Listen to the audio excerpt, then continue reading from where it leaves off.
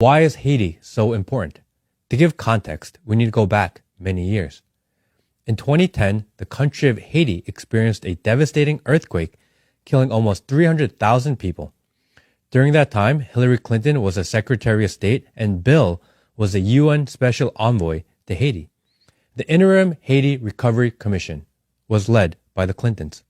Of the nearly $10 billion in relief aid raised, 9% went to the Haitian government, less than 1% went to the local organizations, and 90% went to the NGOs.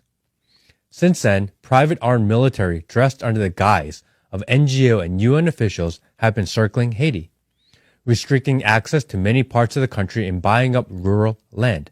Armed guards protect the artificial borders, the main populace is kept in poverty, and the political and elite class turned a blind eye to the corruption. Why? What's in Haiti? Haiti is the second largest reserve of iridium in the world, only second to South Africa. Iridium is one of the rarest and valuable minerals in the world, used in industries like nuclear, military, semiconductors, aircraft, smartphones, and medical devices, due to its non-corrosive nature and extreme high melt point. It is also extraterrestrial. It comes from comets, meteorites, and asteroids. Iridium is one of the rarest and most expensive minerals in the world, currently trading at $4,500 per ounce. And Haiti has mountains of it. So why don't they want the Haitians to be doing their own digging? Are they worried what they would find? Oddly enough, if you've seen the recent Black Panther movie Wakanda Forever, where many of the characters speak Haitian Creole, the basic plot of the movie is that the leaders of Wakanda fight to protect their country in the wake of their king's death from enemy invaders looking to steal their underwater vibranium by force. You can't make this stuff up. And at the top, the United States really does not want a stable Haiti, peaceful Haiti. And we've talked about this at length on the show. Why would the United States want a destabilized Haiti? How does that benefit the U.S.? Well, a destabilized Haiti keeps Haitians from organizing to improve their conditions and ultimately to improve their country.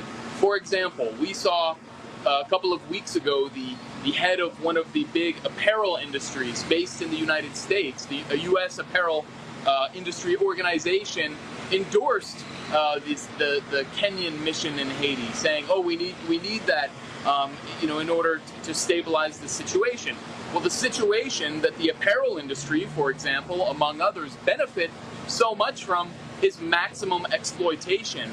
A lot of the neighborhoods around me, people work in sweatshops. There's a whole industrial zone about a mile and a half that way that the Clintons actually put together, and has been existing, for years and years before that. But the main industrial area is a project of the Clintons, and those people earn exceptionally small amounts of money, a couple of dollars per day. And if they're actually able to organize, well, then they can demand more money per day, or maybe they nationalize those industries and say, wait a minute, why are we working for a foreign corporation and where they take most of the profits when we can actually do that same labor and keep the profits, most of the profits and have a fair, equitable trade deal with them. But the U.S. doesn't want that. In fact, Haiti Liberté back in, I think, 2010, 2011, revealed in collaboration with WikiLeaks cables they had obtained showing how the U.S. Embassy actually intervened to make sure that wages for those sweatshop workers stayed suppressed, stayed low. So that's a big reason. I mean, another reason is, the geopolitical chessboard. If you look at where Haiti sits next to Cuba, which obviously is out of the U.S. grasp, and very close to Venezuela, which it's had historic relations with.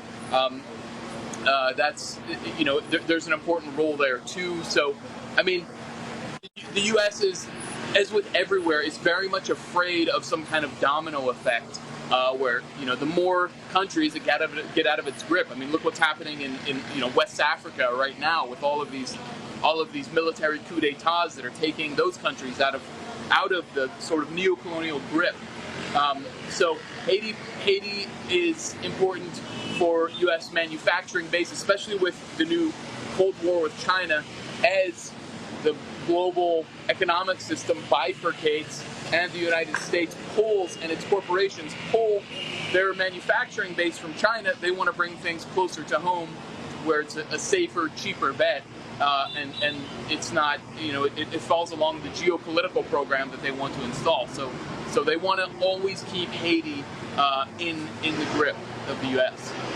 Au lieu pour les États-Unis mobiliser l'Occident, Jean le fait pour l'Ukraine, mobiliser toute l'Europe, Jean le fait pour l'Ukraine, pour porter support à l'armée d'Haïti et la police nationale d'Haïti, ils ont fait même mobilisation, mais cette fois-ci, ils ont mobilisé la terre entière.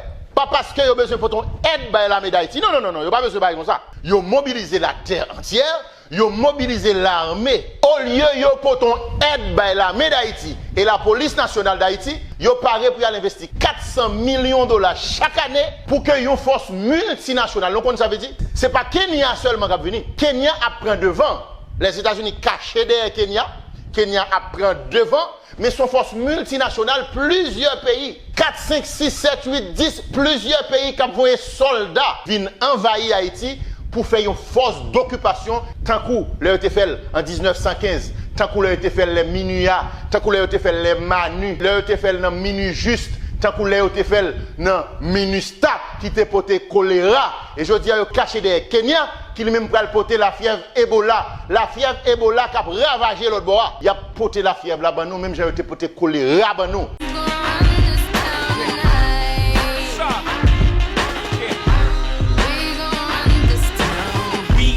I said it, we are. This is Rock Nation. Pledge your allegiance. Get your boutiques on. All black, everything. Black cars, all black.